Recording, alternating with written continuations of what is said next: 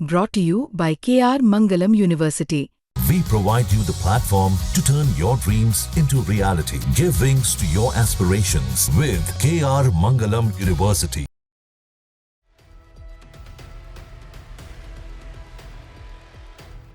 एक बगावत जिसने पाकिस्तान की नींव हिला दी है, एक आंदोलन जो चीन की बहुचर्चित सीपीईसी का गला घोंट रहा है, और एक हाईवे काराकोरम जिसे जाम करके गिलगिट बाल्टिस्तान ने दुनिया को बताया है कि अब वो जाग चुके हैं। जी हां, आज हम बात करेंगे एक ऐसे आंदोलन की जिसे पाकिस्तान छुपाना चाहता है, लेकिन अब पूरी दुनिया उसकी गूंज सुन रही है। पीओके में जो आग लगी है वो सिर्फ एक प्रदर्शन नहीं, एक क्रांति की शुरुआत हो सकती है। सबसे पहले जान लेते हैं कि गिलगिट बाल्टिस्तान में आग क्यों लगी।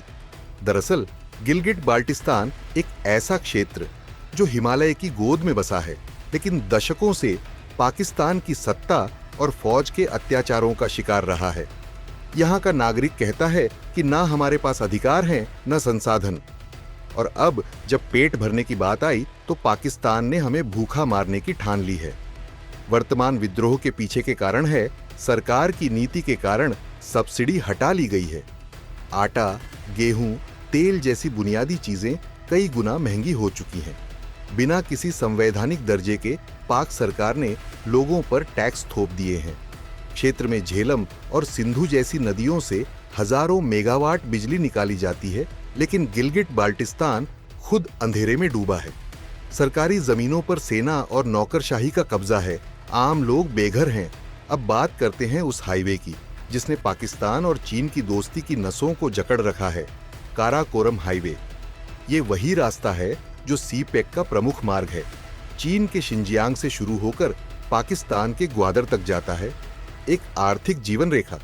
और इस हाईवे को ब्लॉक कर देना सिर्फ प्रदर्शन नहीं, सीधा हमला है चीन पाकिस्तान गठबंधन पर। इस ब्लॉकेज के चलते ये हुआ कि चीन का माल फंस गया, पाकिस्तानी आर्मी बैकफुट पर आई, इंटरनेशनल मीडिया में खबर उछली, और पाकिस्तान का जवाब लाठीचार्ज, इंटरनेट बंद, नेताओं की गिरफ्तारी। लेकिन प्रदर्शन नहीं रुका, बल्कि तेज होता गया। अब सवाल उठता है कि आखिर इन प्रदर्शनकारियों की मांगें क्या हैं?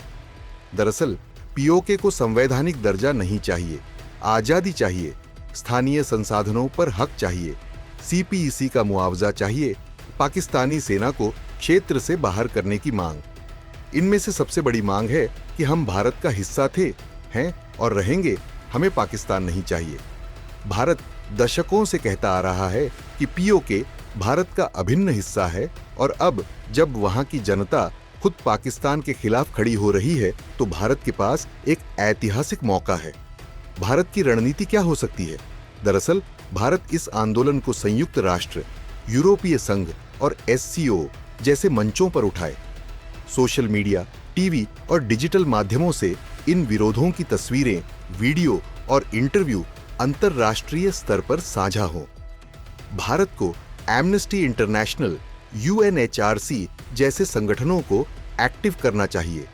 एलओसी पर सैन्य उपस्थिति को मजबूती देना और कूटनीतिक बयान जारी करना। अब जान लीजिए कि पाकिस्तान ने इन आंदोलनों को दबाने के लिए क्या किया। दरअसल पाकिस्तानी सेना ने प्रोटेस्टर्स को देशद्रोही घोषित किया, इंटरनेट बंद, मीडिया ब्लैकआउट, फर्जी वीडियो फैलाए कि सब शांत है। लेकिन हकीकत यह है कि बच्चे, महिलाएं, बुजुर्ग सभी सड़कों पर हैं। और सबसे अहम बात कि ये आंदोलन किसी एक पार्टी का नहीं, जनता का है। सीपेक, जो चीन की बेल्ट एंड रोड इनिशिएटिव का सबसे महत्वपूर्ण हिस्सा है, अब अस्थिर हो चुका है। चीन के लिए क्या खतरा है ये भी जान लेते हैं। दरअसल काराकोरम हाईवे का भरोसा टूट रहा है। ग्वादर पोर्ट तक कनेक्टिविटी अस्थिर हो रही है।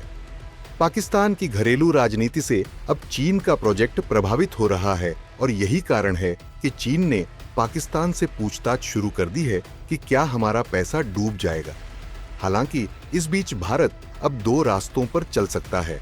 पहला, सिर्फ डिप्लोमेटिक बयानबाजी करके मौका गंवा दे, या दूसरा, इस विद्रोह को एक रणनीतिक अवसर माने और पीओके को दोबारा भारत में शामिल करने की दिशा में कदम बढ़ाए। गिलगिट बाल्टिस्तान की आग अब सिर्फ पाकिस्तान की समस्या नहीं, ये दक्षिण एशिया की भू राजनीतिक तस्वीर को बदल सकती है।